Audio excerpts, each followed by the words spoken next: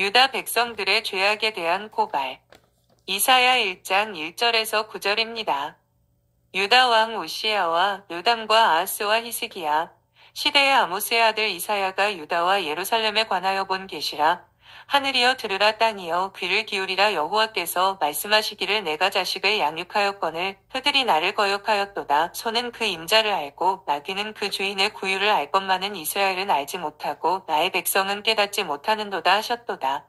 슬프다 범죄한 나라여, 허물진 백성이여, 행악의 종자여, 행위가 부패한 자식이로다. 그들이 여호와를 버리며 이스라엘의 거룩하신 이를 만홀히 여겨 멀리하고 물러갔도다. 너희가 어찌하여 매를 더 맞으려고 해역을 거듭하느냐. 온 머리는 병들었고 온 마음은 피곤하였으며 발바닥에서 머리까지 성한 곳이 없이 상한 것과 터진 것과 새로 맞은 흔적뿐이거늘 그것을 짜며 삼매며 기름으로 부드럽게 함을 받지 못하였도다. 너희의 땅은 황폐하였고 너희의 성읍들은 불에 탔고 너희의 토지는 너희 목전에서 이방인에게 삼켜졌으며 이방인에게 파괴됨 같이 황폐하였고 딸 시온은 포도원의 망대같이 참외밭의 원두막같이 에워싸인 성읍 같이 겨우 남았도다. 만군의 여호와께서 우리를 위하여 생존자를 조금 남겨두지 아니하셨다면 우리가 소돔 같고 고모라 같았으리로다. 성경을 보면 소선지서나 바울 서신같이 분량이 적은 책이 있는가 하면 신명기나 시편, 이사야와 같이 방대한 내용을 담은 책들도 있습니다. 그런 의미에서 우리는 이사야서를 하나님의 진리의 바다에 비유할 수 있습니다. 아무리 수영을 잘하는 사람이라도 헤엄쳐서 바다를 건너갈 수는 없을 것입니다. 또한 거대한 바다는 헤엄은 고사하고 배를 타고 가더라도 자칫 항로를 잃으면 헤매다가 목숨을 잃기 쉽습니다. 누구든지 처음부터 이사야서를 설교하거나 공부해보려고 덤벼들다가는 실패하기 쉽습니다. 그만큼 방대한 내용을 담고 있는데 그럴 수밖에 없는 것이 이사야서는 이사야가 거의 60년이 넘도록 예루살렘에서 활동하면서 예언했던 것을 직대성한 예언집이기 때문입니다. 이러한 이사야서를 읽으면 우리는 이사야가 가지고 있는 시대적인 안목이나 정치적인 관점이 너무나 광대한 것에 놀라지 않을 수 없습니다. 선지자들 중에는 주로 시골에서 자라고 시골에서 경험한 것을 배경으로 예언한 선지자들이 있습니다. 그 대표적인 예가 아모스인데 아모스서를 읽으면 시골 냄새를 실컷 맡을 수 있습니다. 그러나 이사야는 주로 유다의 수도인 예루살렘, 그것도 주로 왕궁에서 유다의 지도자들을 대상으로 말씀을 전했기 때문에 그 내용이 아주 정치적이면서 지적인 수준이 높은 것이 특징입니다. 그뿐만 아니라 이사야서는 유다가 하나님의 말씀에 충실하지 않고 세상을 따라가서 멸망하는 데서부터 시작해서 유다가 바벨론 포로에서 돌아올 것, 그리고 그 후 축복의 시대까지 방대한 내용을 예언하고 있습니다. 우리가 놀라게 되는 것은 한 사람이 한평생에 걸쳐서 예언한 것이 어떻게 이렇게 논리적으로 일관될 수 있을까 하는 것입니다. 사람들은 대개 이사야서를 두 부분으로 나누고 있는데 앞부분 1장에서 39장은 우상 숭배에 빠진 유다가 망할 것을 예언하고 있습니다. 사람들은 이것을 제1이사야서라고 부릅니다. 제1이사야서 후반부의 36장부터 39장까지는 히스기야의 이야기가 기록되어 있습니다. 그리고 그 다음 40장부터 66장까지를 제2이사야서라고 부르는데 그 이유는 이 뒷부분이 하나님께서 바벨론에 망한 유다를 회복시켜서 돌아오게 하는 내용이기 때문입니다. 사람들 중에는 이사야 끝부분인 55장부터 66장까지를 다시 분리해서 제3이사야서라고 하는데 이 부분은 아주 먼 미래의 예언을 담고 있기 때문이라고 합니다. 그리고 학자들이 제2이사야서를 이사야가 쓰지 않고 후대에 다른 사람이 썼다고 생각하는 이유는 이사야 45장에 유다 백성을 포로에서 돌아오게 할 때 내종 고레스를 시켜서 하겠다고 했는데 이때는 고레스가 태어나기 수백 년 전이기 때문입니다. 그러나 우리는 하나님께서 얼마든지 태어나지 않은 사람도 그 이름을 정해서 예언하실 수 있다고 생각합니다. 우리가 이사야서를 읽으며 놀라게 되는 것은 장차 태어나실 그리스도에 대하여 예언하고 있다는 사실입니다. 그 중에서 그가 처녀의 몸에서 태어날 것을 예언했고 그의 외모가 초라해서 흠모할 것이 없으며 그가 채찍에 맞을 것을 예언하고 있습니다. 그리고 메시아가 오셨을 때 사람들은 칼을 쳐서 보습을 만들고 창을 쳐서 낫을 만드는 평화의 시대가 올 것을 믿다 선지자와 똑같이 예언하고 있습니다. 특히 이사야서에는 4번에 걸쳐서 고난받는 여호와의 종의 노래가 나오는데 하나님의 종이 왜 고난을 받는 종으로 오셔야 했는지 선지자에게는 큰 미스터리였습니다. 그런데 신약 성경에서 예수님이나 다른 사도들도 이사야서를 많이 인용하고 있는데 그들은 누구도 이사야서를 이사야 외에 다른 사람이 쓴 것으로 생각하지 않고 있었습니다. 특히 20세기에 와서 어떤 양치는 목동에 의해서 사해 언덕한 동굴에서 많은 두루마리 책들이 발견되었는데 그 중에서 거의 완벽한 형태의 이사야서가 발견되었습니다. 이것을 통해서 학자들은 지금 우리가 가지고 있는 히브리 성경이 얼마나 완벽하게 보존되었는가 하는 것을 알게 되었습니다. 최근 우리나라 사람들은 정치에 많은 관심을 가지게 되었습니다. 그 이유는 바로 정치가 사회 전체를 이끌어가는 기관차 역할을 한다는 사실을 알게 되었기 때문입니다. 그래서 우리나라는 대통령 선거 때만 되면 나라 전체가 거의 물 끓듯이 뜨거운 정치판이 되는 것을 보게 됩니다. 그러나 우리가 알아야 할 것은 나라의 정치는 우리가 원한다고 해서 그 방향으로 가는 것이 아니라 하나님이 원하시는 방향으로 움직인다는 것입니다. 사람들은 교회가 정치에 너무 무관심한 것이 아닌가라고 생각할지 모르지만 우리는 이사야서를 통해서 정치에 대하여 하나님이 말씀하시는 소리를 충분히 듣게 될 것입니다. 칼빈은 이사야서 주석을 집필하여 에드워드 6세에게 헌정하면서 옛날 격동하던 세계 정세 속에서 히스기야가 이사야의 말씀을 잘 듣고 유다를 위기에서 지키고 부흥시켰던 것처럼 이사야의 말씀을 통해 영국을 바른 길로 이끌어 주기를 바란다고 말했습니다. 그러나 에드워드 6세는 병약해서 10대의 나이로 아깝게 죽고 엘리자베스 1세가 즉위하면서 영국은 개신교를 버리고 성공회를 국교로 삼게 됩니다. 칼빈은 엘리자베스 1세가 즉위했을 때에도 이사야서 주석 개정판을 그에게 헌정했습니다. 이것은 이 이사야서의 메시지가 격동하는 시대의 위기에 처한 하나님의 백성에게 얼마나 중요한 교훈을 주는지 잘 보여주고 있기 때문입니다. 아마도 우리 자신이나 우리나라 위정자들이 이사야의 설교를 다시 경청할 수 있다면 현재의 위기에서도 얼마든지 나라를 지키고 큰 부흥을 일으킬 수 있을 것입니다. 이사야는 유다의 전성기에 하나님의 말씀을 전하기도 했지만 유다가 처한 위기에서 하나님의 말씀으로 나라를 구한 선지자이기도 합니다. 1절입니다. 유다 왕 우시야와 요담과 아하스와 히스기야. 시대의 아모스의 아들 이사야가 유다와 예루살렘에 관하여 본 계시라. 이사야가 처음 예언 활동을 할 때는 우시야 말기였습니다. 이사야는 아모스의 아들이라고. 하지만 아모스서를 쓴 선지자 아모스의 아들은 아닌 것으로 알려졌습니다. 유대인의 전승에 의하면 이사야는 우시야의 아버지 아마샤의 동생이었다고 하기도 하는데 그러면 나이가 너무 많습니다. 우리가 알 수 있는 것은 이사야서의 문체를 보아 이사야는 왕족이었고 대단히 지적 수준이 높았던 사람이었음을 알 수 있습니다. 이사야서 6장에 보면 우시야가 죽던 해에 이사야는 성전에서 놀라운 환상을 체험하면서 하나님의 부르심을 받습니다. 물론 이사야는 우시야가 죽기 전에도 하나님의 말씀을 전하기는 했던 것 같습니다. 그러나 하나님의 옷자락이 가득 채우고 있는 성전에서 하나님의 영광을 보기 전에는 자기 자신을 잘 모르고 의무감으로 하나님의 말씀을 전했던 것 같습니다. 그러다가 이사야는 성전에서 살아 계신 하나님을 체험하고 난 후에 자기 입술이 부정하다는 것을 깨닫게 되었습니다. 그래서 그는 성전에서 화로다 나여 망하게 되었도다.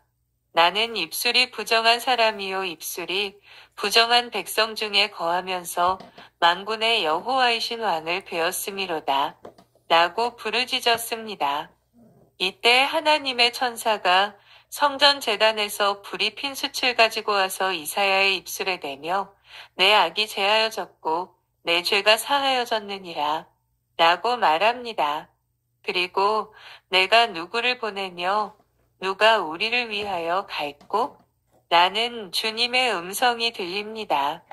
우리는 대개 하나님의 은혜를 체험하기 전에는 다른 사람의 잘못이나 허물이 눈에 들어오고 자기 자신의 모습을 잘 보지 못합니다.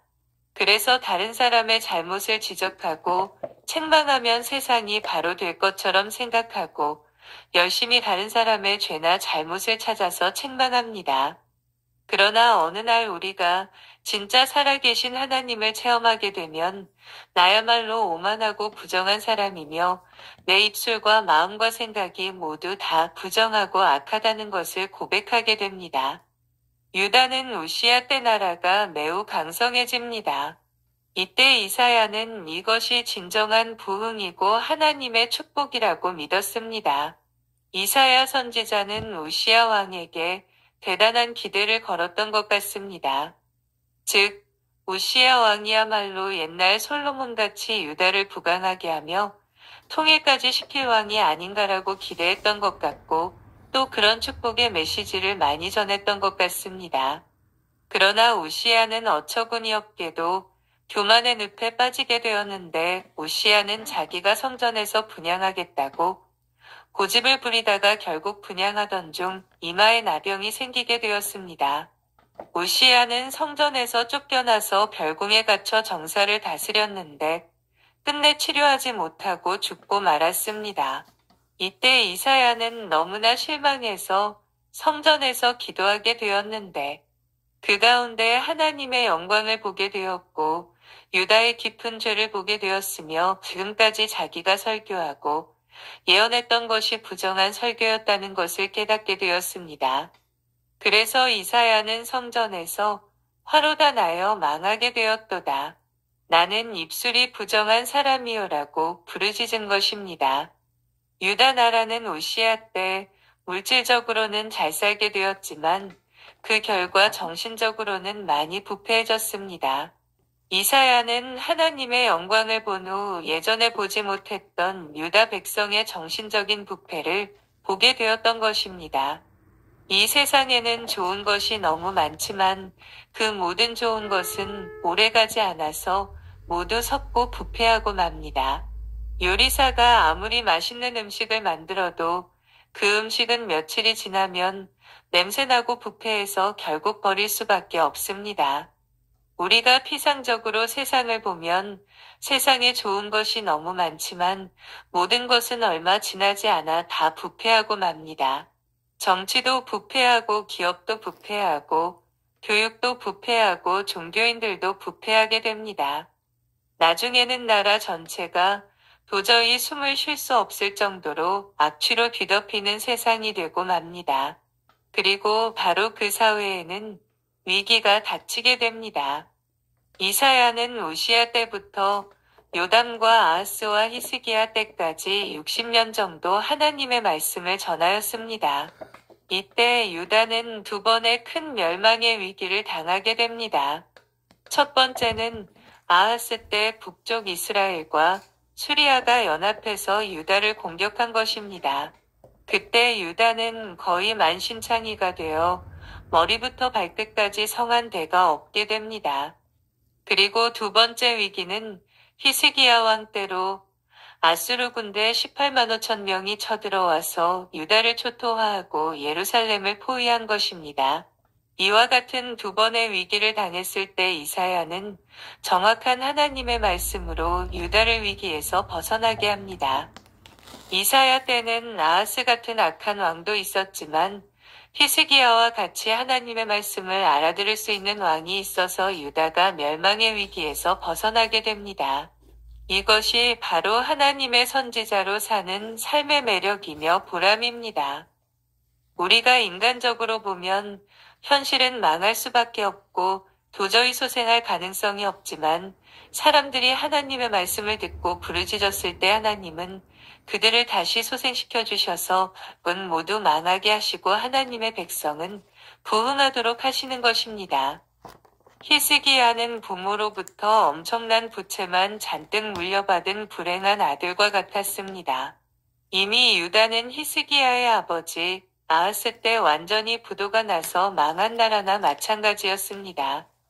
거기에다가 밖으로는 아수르라고 하는 무시무시한 불법의 세력이 유다를 압박하며 집어삼키려 하고 있었습니다.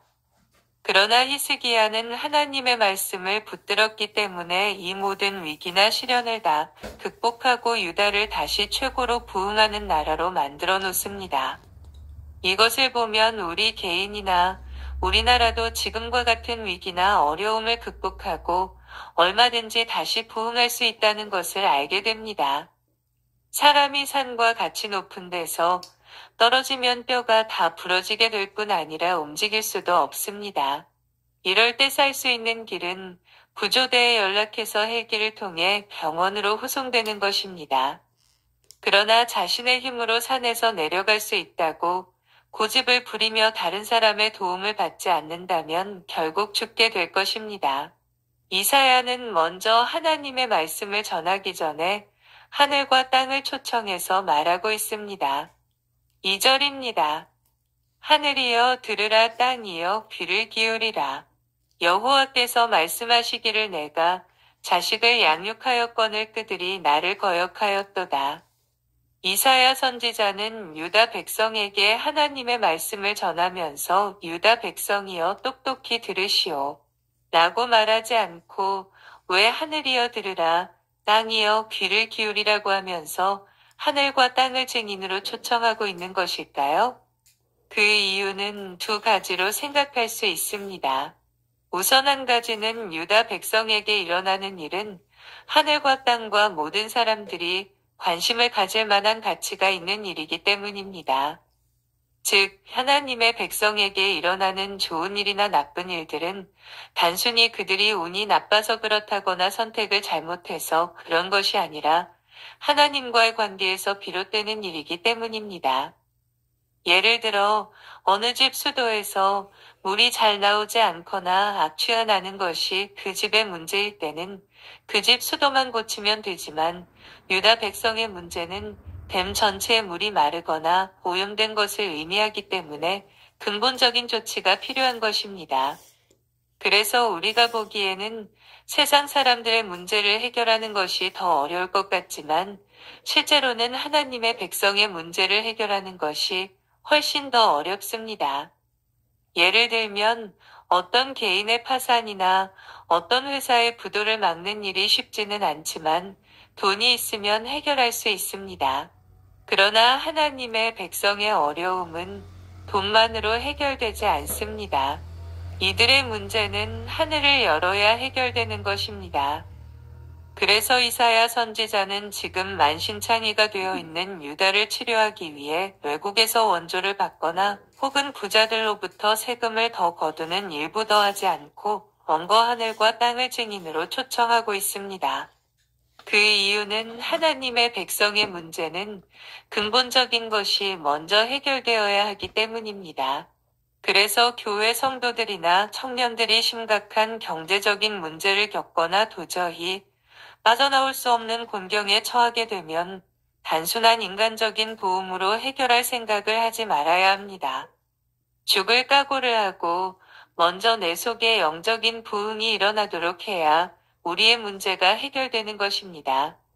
그뿐만 아니라 유다의 문제를 두고 이사야가 하늘과 땅을 초청하는 이유는 유다 백성의 효과가 온 세상에 미치기 때문입니다. 즉, 하나님께서 유다 백성을 징계하시면 하늘 문이 닫히게 되고 하늘이 닫히면 땅이 황폐하게 됩니다. 그리고 갑자기 적들이 쳐들어오기 때문에 다른 여러 나라까지 전쟁의 소용돌이에 휩쓸리게 됩니다. 그러므로 하나님의 백성은 자신의 문제가 개인 문제로 끝나는 것이 아님을 알아야 합니다. 사도 바울은 모든 피조물들이 탄식하면서 하나님의 아들들이 나타나는 것을 기다린다고 했습니다. 우리 하나님의 백성이 제 모습을 찾는 것이 온 세상 만물들이 복을 받는 길입니다. 하나님께서는 유다 백성에게 이렇게 말씀하십니다. 2절 하반절입니다. 내가 자식을 양육하였거늘 그들이 나를 거역하였도다. 하나님께서는 먼저 아들을 양육하는 부모를 예로 들고 있습니다. 부모는 자식을 아주 어린아이 때부터 온갖 정성을 다해서 키웁니다. 최대한 좋은 옷을 입히고 좋은 물건, 좋은 책 등 자녀에게 필요한 것들은 부모의 능력이 닿는 한 가장 최선의 것으로 공급해 줍니다. 이에 대해 자녀들은 성인이 되기 전까지 부모의 말씀을 들을 책임이 있습니다. 왜냐하면 하나님께서 모든 자녀를 부모에게 맡겨주셨기 때문입니다. 하나님께서는 유다 백성을 양육하셨습니다. 유다가 벌거숭이 아기일 때부터 하나님은 모든 것을 공급해 주시고 보호해 주시면서 유다를 키우셨습니다. 그래서 지금 유다는 아주 큰 나라가 되었습니다.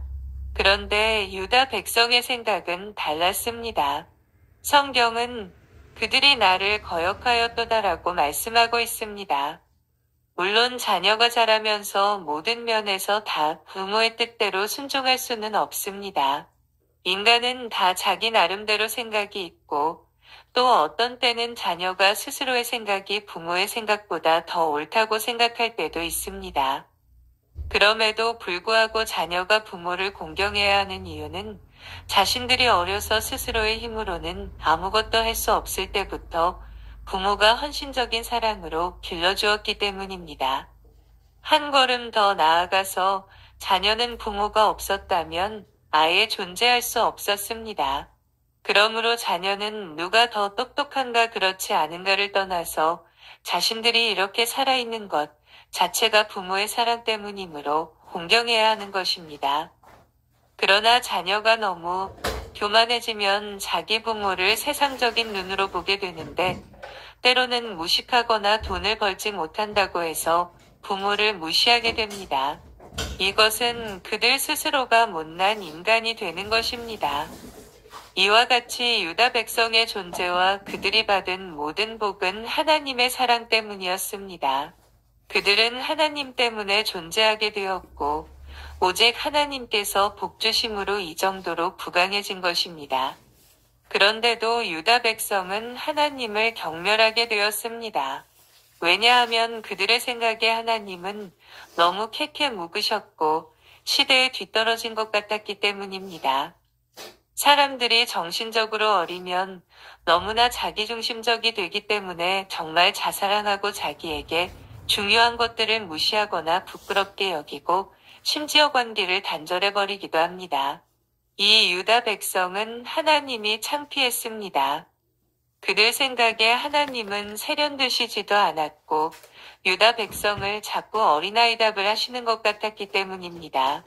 부모는 자녀가 다 자라서도 차 조심, 길 조심하라고 일러줍니다. 또한 늘 나쁜 친구들과 사귀지 말라고 합니다. 하나님은 유다 백성에게 이방인들과 사귀지 말고 그들의 신을 섬기지 말라고 하셨습니다. 그래서 유다 백성은 하나님이 언제나 자기들을 어린아이 취급한다고 여기며 더 반항하고 더 세상으로 나갔던 것입니다. 그러나 하나님께서 유다 백성에게 하지 말라고 금하신 것은 단순히 높아심 때문이 아니었습니다. 유다 백성은 죄의 병균을 가지고 있는 복균자와 같았기 때문에 언제나 하나님의 보호가 필요했던 것입니다. 그러나 유다 백성은 하나님의 간섭을 귀찮아했습니다. 하나님은 유다 백성을 소나 나귀에 비유하셨습니다. 3절입니다. 소는 그 임자를 알고 나귀는 그 주인의 구유를 알 것만은 이스라엘은 알지 못하고 나의 백성은 깨닫지 못하는도다 하셨도다. 짐승들에 있어 분명한 것 하나는 자기에게 먹이 주는 사람만큼은 분명히 기억하고 고마워한다는 것입니다. 그래서 소는 임자를 압니다. 소는 주인을 신뢰하고 주인이 어디를 데려가든지 따라갑니다.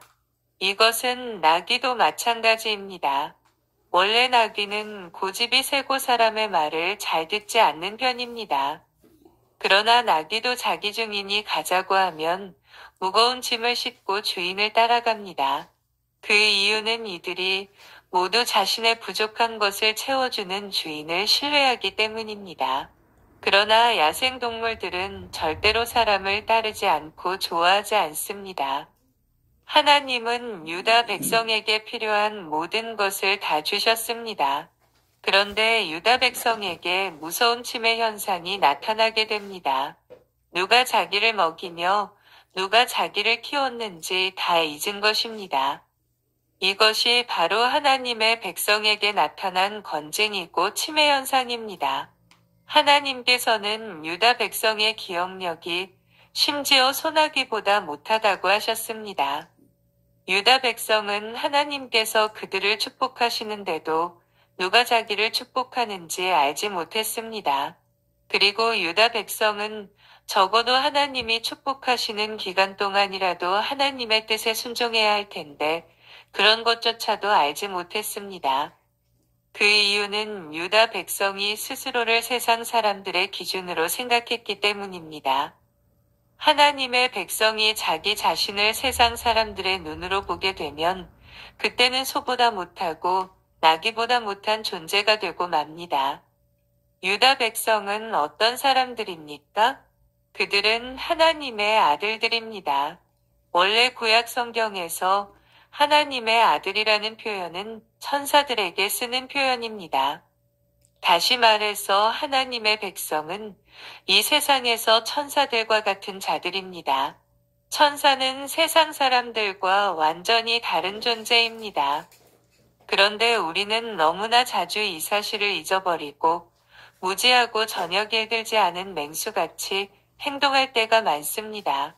결국 하나님의 백성에게 있어 가장 어려운 점은 하나님의 자녀라고 하는데 세상의 욕망이 그대로 남아있고 또 복도 세상을 통해서 오는 것입니다. 그래서 자칫 잘못 생각하면 스스로 땅의 아들인 것처럼 생각되는 것입니다. 그러나 우리는 우리를 낳으신 분이나 키우신 분이 하나님이심을 목숨 걸고 기억해야 합니다. 만일 우리가 이것을 놓치면 소나 나귀보다 못한 짐승이 되는 것입니다. 하나님께서는 성도 한 사람 한 사람에 대하여 이 세상에서 원하시는 뜻이 있습니다. 그런데 우리가 그 뜻은 생각하지 않고 너무나 지나치게 겸손해서 다른 사람들과 똑같이 그저 밥이나 먹고 사는 사람이 되려고 한다면 우리는 소나 나귀보다 못한 야생동물이 되는 것입니다.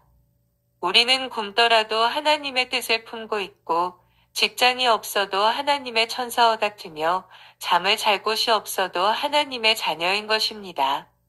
오늘까지 우리를 이 세상에 살게 하시고 키워 오신 분은 하나님이십니다. 그렇다면 앞으로도 하나님께서 우리를 키워 가실 것입니다. 우리는 이것을 믿어야지. 세상을 따라가면 결국 높은 데서 떨어져 만신창이가 될 것입니다. 4절입니다. 슬프다 범죄한 나라여, 허물진 백성이요 행악의 종자여, 행위가 부패한 자식이다. 그들이 여호와를 버리며 이스라엘의 거룩하신 일을 만홀히 여겨 멀리하고 물러갔도다. 유다는 세상을 따라가서 너무 나쁘고 악하게 변하였습니다.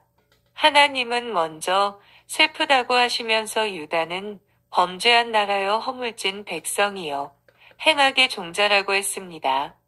유다 백성이 하나님께 반항하면서 너무너무 나빠졌는데 나중에는 정말 나쁜 짓을 많이 한 악한 사람들이 되고 말았습니다. 그런데 우리가 알아야 할 것은 인간의 마음속에는 바로 이런 행악의 종자, 부패한 본성이 있다는 것입니다. 아마 이 세상 누구이든 한 번도 죄를 짓지 않고 순전한 믿음의 길을 간 사람은 없을 것입니다. 그런데 우리가 하나님의 뜻에 반항하고 세상으로 가다가 이 지경에 이르기 전 미리 자신의 타락한 모습을 보게 될 때가 있습니다. 즉, 내가 지금 이 상태로 계속 나가다가는 완전히 파멸에 빠지고 말 것이라는 사실을 미리 어떤 큰 실수나 사고를 통해서 보게 되었을 때 우리는 하나님 앞에서 두 손 두 발을 다 들어야 살 수 있습니다. 그런데 유다 백성은 하나님을 버리고 하나님을 더 만홀히 여기며 멀리했습니다. 그들은 하나님을 우습게 생각한 것입니다. 우리가 한 번씩 큰 실수를 하거나 큰 사고를 저질러서 도저히 자기 자신을 용납할 수 없는 지경에 이른다면 이것은 하나님이 우리를 부르시는 사인입니다. 즉, 이것이 내 모습이니까 너는 더 이상 내 생각대로 가지 말고 나에게 완전히 두 손 들어야 한다고 알려주시는 것입니다. 그래서 우리가 하나님께 나아간다면 하나님은 우리에게 새 인생을 주십니다. 세상 사람들이 하나님을 믿지 않아도 잘 되고 성공하는 것을 보면 우리도 하나님을 믿지 않아도 저 정도는 살 것이라고 생각할 때가 있습니다. 그러나 하나님의 백성의 길과 세상 사람들의 길은 완전히 다릅니다. 세상 사람들은 하나님을 믿지 않고 우상을 믿어도 잘 됩니다. 왜냐하면 하나님은 세상 사람들을 그런 방식으로 놔두시기 때문입니다. 그렇다고 세상 사람들이 하나님의 자녀가 될 수 있는 것은 아닙니다. 그러나 하나님은 하나님의 자녀가 세상으로 나가고자 할 때는 망하게 하십니다. 하나님은 하나님의 백성을 절대로 버리지 않으시기 때문입니다. 5절과 6절입니다. 너희가 어찌하여 매를 더 맞으려고 패역을 거듭하느냐.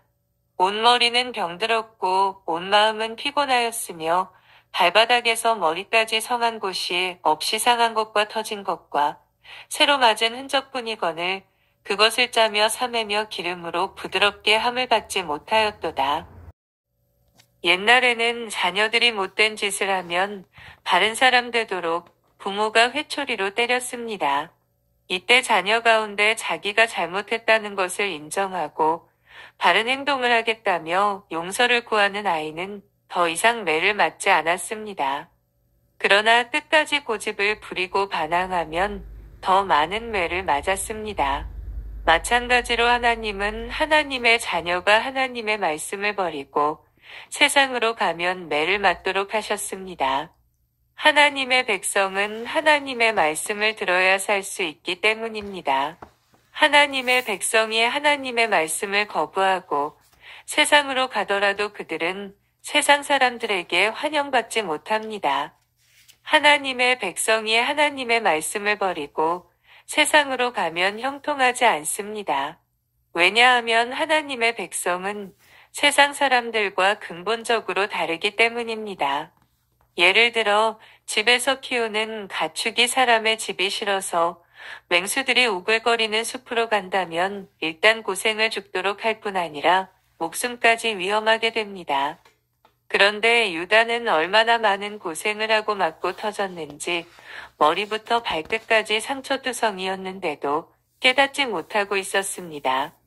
이사야 당시 유다 백성은 자기들이 세상을 따라가면 잘 될 줄 알았습니다. 그런데 이스라엘과 수리아가 쳐들어와서 많은 사람을 잡아가고 거의 모든 성읍을 다 부수어버렸습니다. 유다는 정말 황폐하게 되었고 망한 것이나 마찬가지였습니다. 여기서 유다가 살 수 있는 길은 이것을 빨리 인정하는 것입니다. 그런데 유다 사람들은 그들의 온 마음이 피곤하다고 했습니다. 여기서 피곤하다는 것은 마음이 지칠 대로 지쳤다는 말입니다. 즉, 그들은 나름대로 이 세상에서 잘 살아보려고 할 수 있는 모든 짓은 다 했는데 사기만 당했고 결국 몸까지 두들겨 맞고 부서지게 된 것입니다. 이들은 다시 일어날 힘이 없었습니다. 이들은 상처를 치료하고 터진 부분을 삼해야 할 텐데 그렇게 할 시간이 없었습니다. 왜냐하면 쉴 새 없이 계속 얻어맞았기 때문에 삼매고 약 바를 시간이 없었습니다. 그 이유가 무엇입니까? 그들이 하나님 앞에서 자신들의 존귀함을 잃어버렸기 때문입니다. 7절에서 9절입니다. 너희의 땅은 황폐하였고 너희의 성읍들은 불에 탔고 너희의 토지는 너희 목전에서 이방인에게 삼켜졌으며 이방인에게 파괴됨 같이 황폐하였고 딸시오는 포도원의 망대같이 참외밥의 원두막같이 에워싸인 성읍같이 겨우 남았도다. 만군의 여호와께서 우리를 위하여 생존자를 조금 남겨두지 아니하셨다면 우리가 소돔 같고 고모라 같았으리로다. 겨울에 과수원에 가보면 모든 과수들은 다 앙상한데 원두막만 쓸쓸하게 남아있는 모습을 보게 됩니다. 유다의 모습이 바로 그랬습니다. 유다는 나라 전체가 황폐하게 파괴되고 남아있는 것은 오직 예루살렘뿐이었습니다. 그것도 하나님께서 그들을 위하여 조금 남겨두셨기에 망정이지. 만일 그들의 죄 그대로라면 그들은 완전히 유황불로 멸망하듯 흔적도 없이 망할 수밖에 없었다고 말씀하고 있습니다.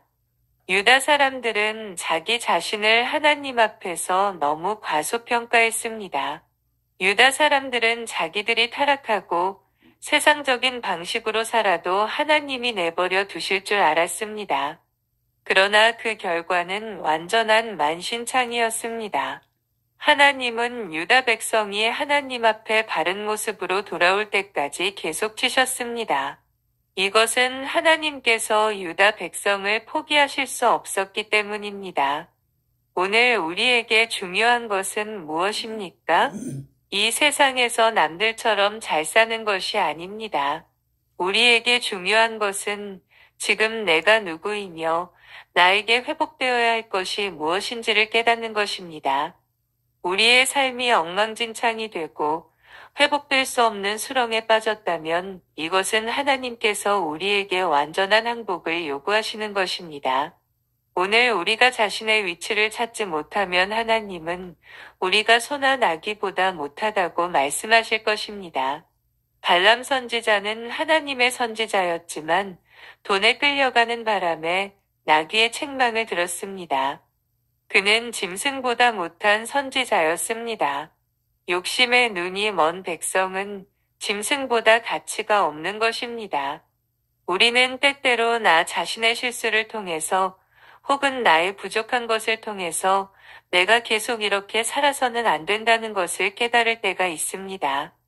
이때 우리가 완전히 하나님께 돌아오면 하나님은 우리에게 새로운 인생을 주실 것입니다. 그러나 우리가 고집을 부리고 하나님을 우습게 알면 그야말로 만신창이가 되어서 던져지게 될 것입니다. 오늘 하나님께서 우리를 사매어 주시기를 바랍니다. 하나님이 우리의 부르짖는 소리를 들으시고 우리에게 새 인생을 주시기를 바랍니다. 오늘이 우리에게는 새로운 인생이 시작될 때입니다. 세상에서 성공하는 길을 택하지 말고 하나님 앞에서 우리의 모습을 찾고 영적 회복을 일으킴으로 과거와 비교할 수 없는 하늘의 복과 은혜를 받는 성도들이 되시길 소망합니다. 아멘.